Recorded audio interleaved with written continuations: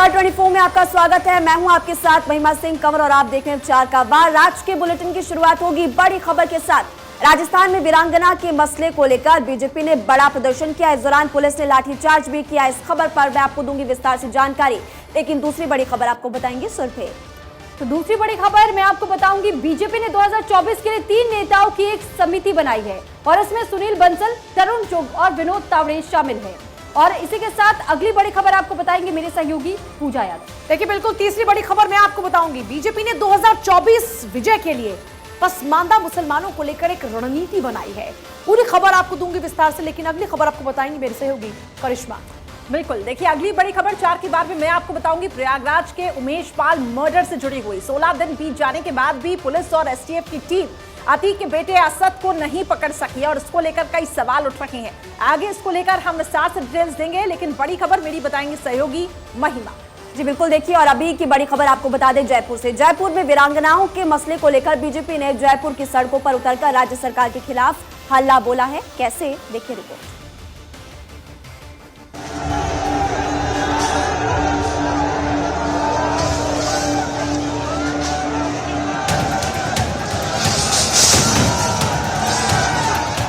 जयपुर में वीरांगनाओं के प्रदर्शन को बीजेपी का साथ मिला। बीजेपी नेताओं ने जयपुर में सड़क पर उतरकर राज्य सरकार के खिलाफ हल्ला बोला।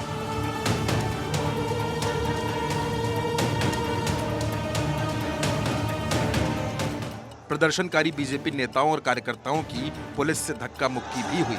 इस दौरान पुलिस ने लाठीचार्ज भी किया।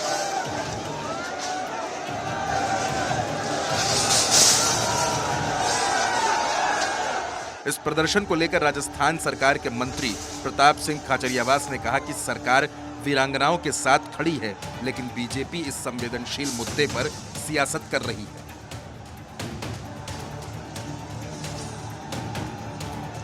वीरांगनाओं के स्वाभिमान का मुद्दा राजस्थान की सियासत को गर्म करता जा रहा है। बीजेपी और कांग्रेस दोनों इस मसले पर आमने सामने हैं। Bureau report, Bharat 24। और चलिए इसी बीच आपको इस वक्त की बड़ी खबर बता दें, जयपुर से ही इसी मसले से जुड़ी हुई। जयपुर में सीएम से वीरांगनाओं की मुलाकात हुई है। सीएम गहलोत ने वीरांगनाओं से मुलाकात की। सीएम आवास पर गहलोत से मुलाकात की और मांगों को लेकर प्रदर्शन वीरांगनाएं लगातार कर रही है। अब देखिए ये इस वक्त की बड़ी खबर आपको बता रहे, एक तरफ जहां सड़क पर जंग हुई बीजेपी के बड़े बड़े नेता, एक तरफ जहां वीरांगनाओं के साथ इसी को लेकर अपनी मांगों को लेकर सीएम गहलोत से मुलाकात की। वीरांगनाओं ने सीएम से मुलाकात की, सीएम ने आश्वासन भी दिया है। देखिए लगातार हम आपको ग्राउंड से तस्वीरें दिखा रहे हैं इस पूरे मसले को लेकर किस तरह से बवाल मचा हुआ है।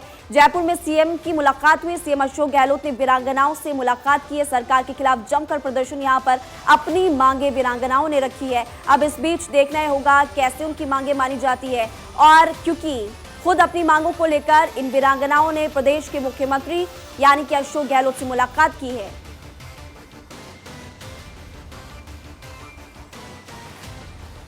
तो जयपुर की खबर के बाद अब जान लीजिए कि 2024 के लिए बीजेपी क्या कुछ तैयारियां करी है। दरअसल इस तैयारी में बड़ी तैयारी बीजेपी की तरफ से देखी जा रही है कि 3 दिग्गज पीएम मोदी के सारथी बनने जा रहे हैं। जेपी नड्डा ने 3 सदस्यों की बनाई है टीम। सुनील बंसल, विनोद तावड़े को टीम में जगह दे दी गई है। तरुण चुग भी टीम में शामिल हो रहे हैं और तीनों ही बीजेपी के जनरल सेक्रेटरी बनाए जाएंगे। तो फिलहाल ये बड़ा अपडेट सामने आया है। 3 दिग्गज पीएम मोदी के साथी के तौर पर इनके नाम सामने आए हैं और जेपी नड्डा ने 3 सदस्यों की टीम भी बनाई है। विनोद तावड़े कौन है ये भी जानिए। बीजेपी के दिग्गज नेता है। 1999 में महाराष्ट्र बीजेपी के सबसे युवा अध्यक्ष, 1995 में महाराष्ट्र बीजेपी के जनरल सेक्रेटरी रहे। 2008 से 2014 तक एमएलसी भी रहे हैं और 2019 में दमदार वापसी की। फडणवीस सरकार में कैबिनेट मंत्री रह चुके हैं। 2020 में राष्ट्रीय महासचिव भी बनाए गए थे। और साथ ही अब जानिए सुनील बंसल कौन है।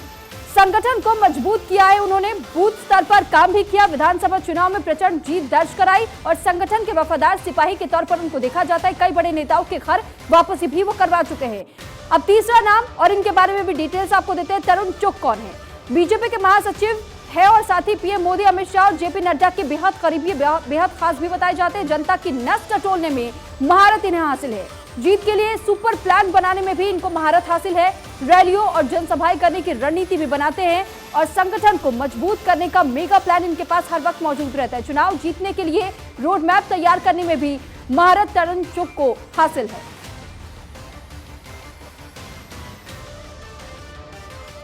तो इस बीच एक और बड़ी खबर आपको बता देते हैं, 2019 में हारी सीटों पर बीजेपी का मेगा प्लान। हारी हुई 160 सीटों पर पीएम मोदी करेंगे रैली। पीएम मोदी करेंगे 45 से 55 मेगा रैलियां। बीजेपी अध्यक्ष जेपी नड्डा ने प्लान को तैयार कर लिया। अमित शाह और नड्डा भी 80 रैलियां करते हुए नजर आएंगे। बीजेपी ने 3 राष्ट्रीय सचिवों को रैलियों का जिम्मा सौंप दिया है। तो बड़ी खबर इस वक्त आपको बता रहे हैं, 2024 के लिए पहले से बीजेपी तैयार नजर आ रही है और 2024 के लिए जिस तरीके का प्लान इस वक्त बीजेपी की तरफ से देखा जा रहा है, ऐसे में जो 2019 में सीटें हारी थी बीजेपी, उनके लिए इस वक्त मेगा फोकस और साथ ही मेगा प्लान तैयार है।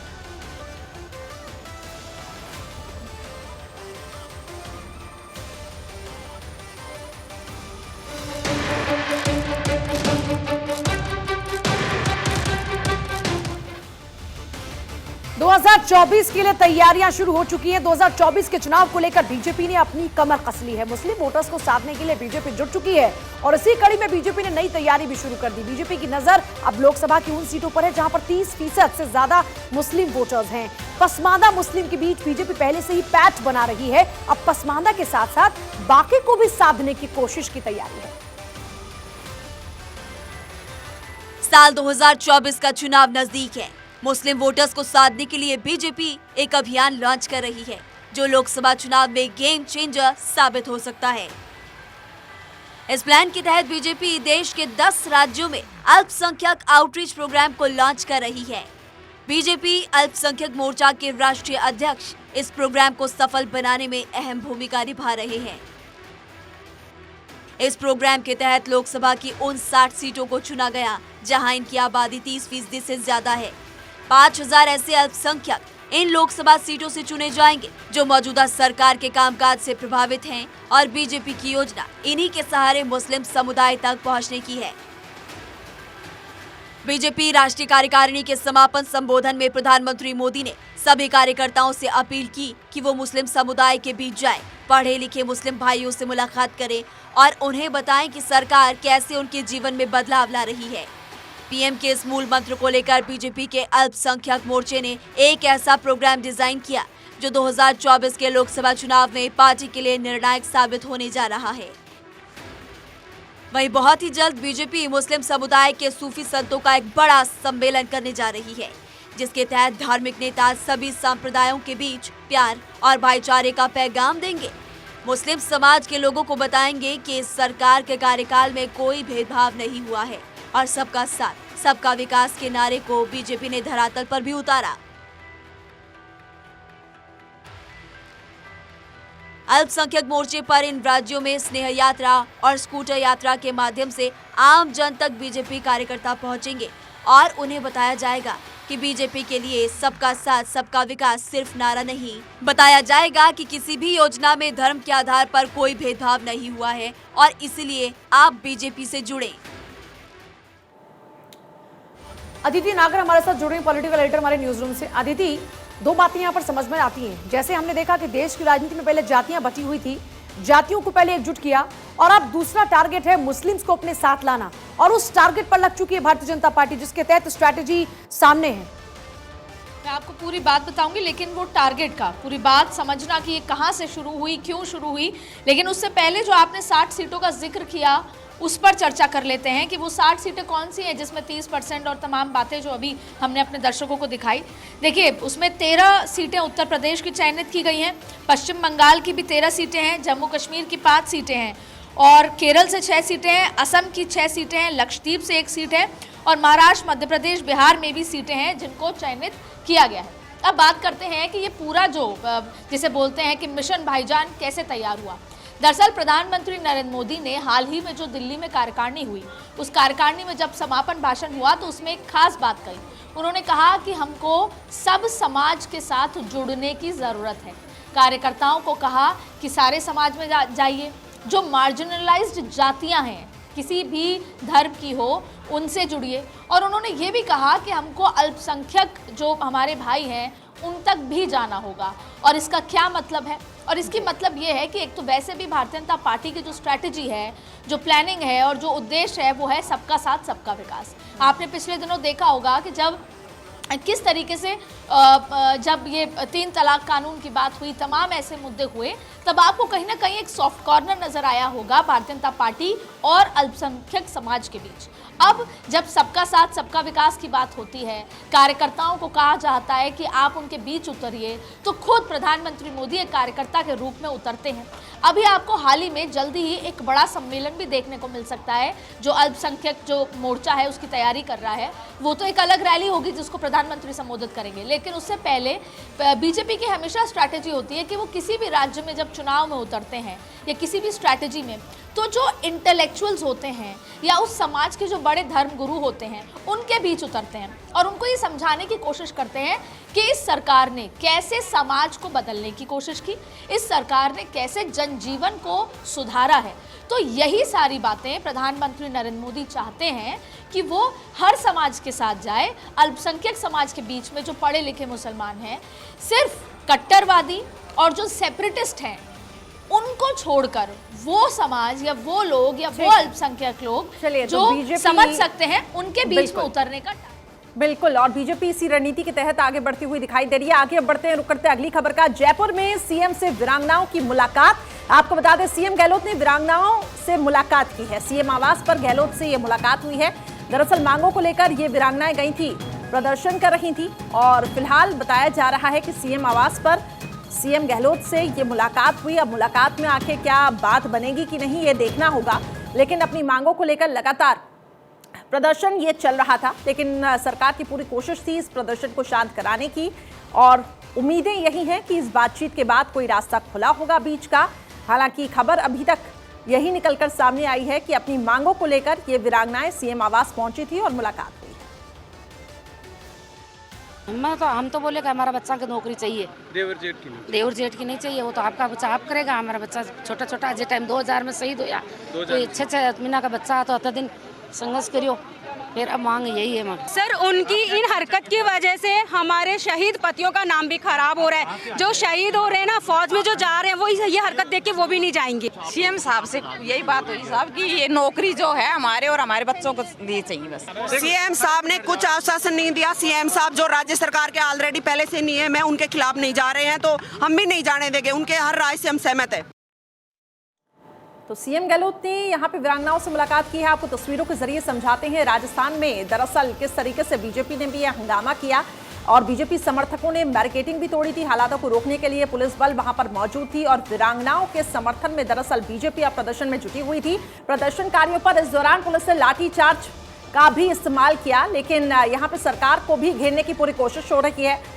अदिति नागर लगातार हमारे साथ बनी हुई है न्यूज रूम से। अदिति, इस प्रदर्शन को बीजेपी का समर्थन, वीरांगनाएं लगातार वहां पर प्रदर्शन जो कर रही थी, बीजेपी इसको समर्थन दे रही है। हालांकि अब मुलाकात से क्या बात बनेगी, जो सीएम गहलोत से मुलाकात हुई है? करिश्मा, हमको यहाँ पर अपने दर्शकों को एक बात बतानी होगी।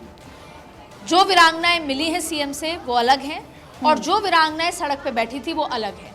अब ये पूरा मसला, इसको पहले समझते हैं कि मुख्यमंत्री से जो वीरांगनाएं मिली है उनसे क्या बात हुई है। दरअसल कुछ वीरांगनाएं अपनी अलग अलग मांग को लेकर पिछले लंबे समय से सड़क पे हैं, और भारत में कुछ भी ऐसा मुद्दा होता है वो राजनीतिक हो जाता है। भारत या भारत के बाहर ये राजनीति, इसमें सब अपने अपने जो लोग हैं वो अपने अपनी राजनीतिक रोटियां फायदा अपना देखते हैं।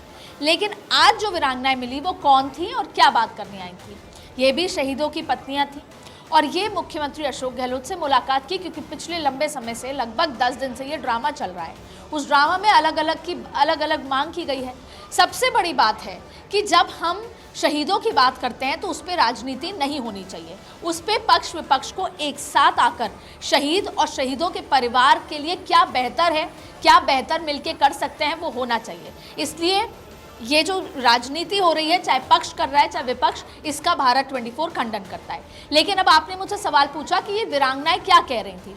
ये वो वीरांगनाएं जो ये कहने गई थी मुख्यमंत्री अशोक गहलोत से कि राजस्थान एक ट्रेडिशनल स्टेट है, आप किसी भी प्रेशर में आकर किसी भी तरीके से हमारी और हमारे बच्चों की नौकरियां या हक किसी को मत देना। कैसे? सवाल उठता है कि जब सैनिक सरहद पे लड़ते हैं, शहीद हो जाते हैं, तो वीरांगनाओं के सामने कई सवाल होते हैं, और कई बार चाहे नौकरी के लिए, चाहे किसी भी चीज़ के लिए, वीरांगनाओं के ऊपर ये प्रेशर होता है करिश्मा कि आप देवर से शादी कर लीजिए, आप देवर के किसी रिश्तेदार से शादी कर लीजिए। जो वीरांगना की अस्मिता का सवाल है, उसका मन है या नहीं है, लेकिन समाज और परिवार के प्रेशर में ये किया जाता है। क्यों? क्योंकि उससे नौकरी घर में ही रहेगी और वो बच्चा जो या तो कोख पे है या 2 साल का है या 5 साल का है जी, उसको नौकरी नहीं मिलती। तो वीरांगनाएं आज पहली बात ये कहने आई थी कि आप प्रेशर में मत आना, आप हमारा और हमारे बच्चों का हक इंटैक्ट रखना। बिल्कुल, तो ये आपने वो सही वीरांगनाएं कहा। थी। बहुत ही महत्वपूर्ण बात आपने यहाँ पर ये कही है कि इस पूरे मसले को लेकर बिल्कुल भी राजनीति नहीं होनी चाहिए। फिलहाल आपका बहुत बहुत शुक्रिया।